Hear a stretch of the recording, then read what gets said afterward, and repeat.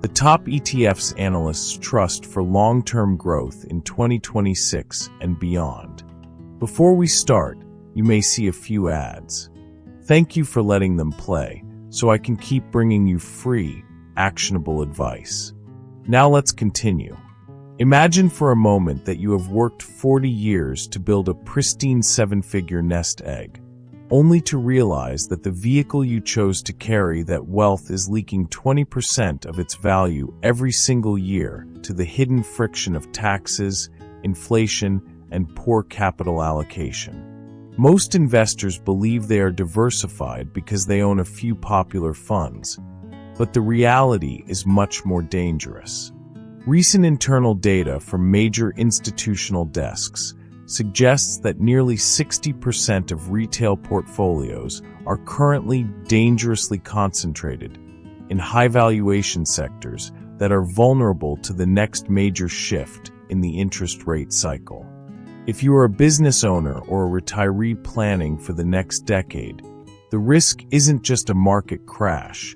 It is the slow, agonizing erosion of your purchasing power because you are holding the right assets in the wrong structures.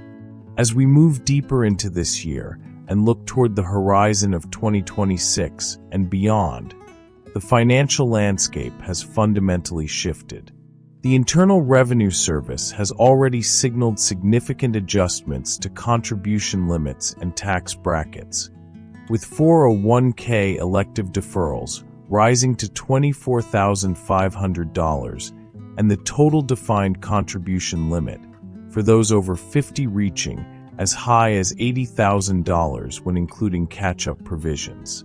This is not just a statistical update. It is a loud signal that the window for aggressive wealth accumulation and tax-advantaged positioning is wider than ever, but only for those who know how to navigate the new rules. The set-it-and-forget-it mentality of the last decade is officially dead. In a world of sticky inflation and shifting global liquidity, the analysts at firms like Goldman Sachs and JP Morgan are no longer just looking for growth. They are looking for resilient growth backed by institutional-grade liquidity management and superior capital allocation. To survive and thrive in this environment, you need to understand the concept of the institutional anchor. While the general public is busy chasing the latest speculative trend, smart money is moving into specific exchange-traded funds that act as the bedrock for high-net-worth portfolios. The problem most investors face is home country bias, where they are overexposed to U.S. large-cap tech, while ignoring the massive shifts happening in international developed markets. Analysts are currently highlighting funds like the Vanguard FTSE Developed Markets ETF, known by the ticker VA, as a critical tool for those seeking to capture the narrowing growth gap between the US and the rest of the world. By holding nearly 4,000 companies across Europe, Japan, and Canada, you aren't just diversifying, you're building a global bridge that protects your capital when domestic markets face a winner-takes-all concentration risk. Think about your portfolio like a business balance sheet. A CEO doesn't just look at revenue, they look at the cost of capital. For the individual investor, your cost of capital is the expense ratio and the tax drag of your holdings. This is where the 2026 analyst favorites come into play. Take the State Street SPDR Portfolio S&P 500 ETF, or SPYM. At a mere 2 basis points, it is one of the cheapest ways to secure a US-centric foundation. But the secret isn't just owning the index, it's knowing how to use it within your tax strategy. If you are a business owner in a high-tax bracket, are you holding your high-dividend yield ETFs in your Roth IRA to ensure that every cent of that compounding growth is shielded from the IRS? Or are you accidentally triggering unnecessary capital gains in a taxable brokerage account? These are the high-stakes decisions that separate the comfortable retiree from the one who is constantly worried about their withdrawal rate. We must also address the hidden volatility in the bond market. For years, retirees used the 60-40 portfolio as a safety net. But as we've seen recently, bonds can drop just as fast as stocks when inflation remains stubborn. Analysts are now pivoting toward active fixed income and floating rate instruments. Funds like the Dimensional Core Fixed Income ETF, ticker DFCF, are gaining massive traction because they don't just blindly follow a bond index. Instead, they systematically position their duration and credit risk to outperform when interest rates are volatile. This is institutional-level asset-based lending access packaged for the individual investor. By incorporating these shock absorbers, you are essentially creating a private credit-like profile that provides income without the extreme price sensitivity of long-term treasuries. Let's look at the math of compounding when you optimize for these institutional factors. If you have a $1 million portfolio and you manage to reduce your internal fees and tax drag by just 1%, that single adjustment can result in an extra $400,000 over a 20-year retirement. That is the difference between flying coach and flying private, or the difference between leaving a modest legacy and creating a multi-generational estate plan. The hybrid lexicon of the modern analyst is focused on liquidity management and tail risk hedging. This means having a portion of your wealth in liquid, highly tradable ETFs that can be reallocated instantly when the market provides a buy opportunity. One of the most overlooked sectors heading into 2026 is the AI utility space. Everyone knows the big chip makers, but the analysts are now looking at the companies that provide the power, the cooling, and the infrastructure. Rather than gambling on a single stock, institutional portfolios are using sector-specific ETFs to capture the entire ecosystem of deregulation and technological adoption. This is where capital allocation becomes your greatest edge. If you are over the age of 60, you have a unique opportunity under the Secure 2.0 Act to utilize super catch-up contributions, allowing you to shove more money into these growth vehicles at the exact moment the market is entering a new technological supercycle. However, a major objection I often hear is, isn't the market too high to buy in now? This is where the dollar cost averaging myth needs to be debunked for high net worth individuals. When you are dealing with large sums of capital, the goal isn't to time the market, but to structure the entry.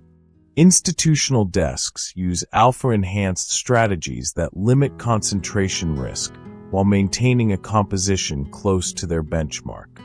By using a core and satellite approach, where 80% of your wealth is in broad, low-cost ETFs like VTI or VO and 20% is in targeted growth or income satellites, you create a resilient structure that can withstand a 30% drawdown without compromising your lifestyle. Now, let's talk about the action steps you need to take today to secure your position for 2026 and beyond. First, perform a tax loss and gain harvesting audit. Are you holding assets with high turnover in taxable accounts?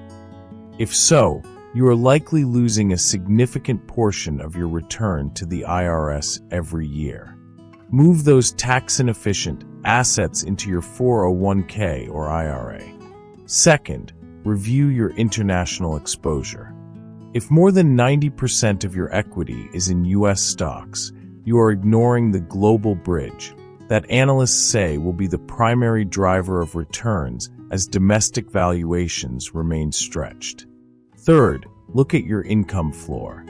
If you are a retiree, do you have enough in floating rate or short-duration ETFs to cover your RMDs and living expenses for the next 3 years? This ensures you never have to sell your growth stocks during a temporary market dip. The strategy for the next decade is not about being the smartest person in the room. It is about having the most disciplined structure. By mirroring the capital allocation strategies of institutional investors, you move from being a passenger in the market to being the pilot of your own financial destiny. You are moving from a state of hoping for growth to a state of engineering wealth. This involves understanding the nuances of asset-based lending within your bond funds and the liquidity requirements of your estate plan. It means recognizing that the IRS is currently offering a window of opportunity through increased contribution limits that may not stay open forever, especially as national debt levels continue to climb. As we summarize these key takeaways, remember that the top ETFs for long-term growth are those that balance low cost with global breadth and tax efficiency. You want to anchor your portfolio in broad U.S. indices like VTI or SPYM, build a global bridge with VA or VT, and protect your downside with active fixed income like DFCF. This trifecta of core, global, and income resilience is exactly what the most sophisticated analysts are recommending for the high-volume market of 2026. The goal is long-term financial security, not a quick win. By focusing on compounding, tax optimization, and institutional-grade portfolio allocation, you are setting yourself apart from the general public and positioning yourself for a 10-10 financial future. If you found this deep dive into institutional-grade ETF strategies helpful, make sure to subscribe so you don't miss our regular updates on the shifting financial landscape and IRS rule changes. I'd love to hear from you in the comments. Which of these ETFs are currently in your portfolio, or are you reconsidering your international exposure after hearing the analyst outlook for 2026? Share your thoughts or any questions you have about retirement planning and tax efficiency below. Also, please click the thumbs up button to give us a like as a thank you for this valuable content. It really helps the channel reach more people who need this level of financial insight. As a final note, I am not your financial advisor. The information provided in this video is for educational and illustrative purposes only. Every financial situation is unique, and you should always seek professional advice from a qualified fiduciary or tax professional before making significant investment decisions. Your wealth is too important to leave to chance, so take the time to do your due diligence and build a plan that works for your specific goals. I look forward to seeing you in the next video as we continue to navigate these complex markets together.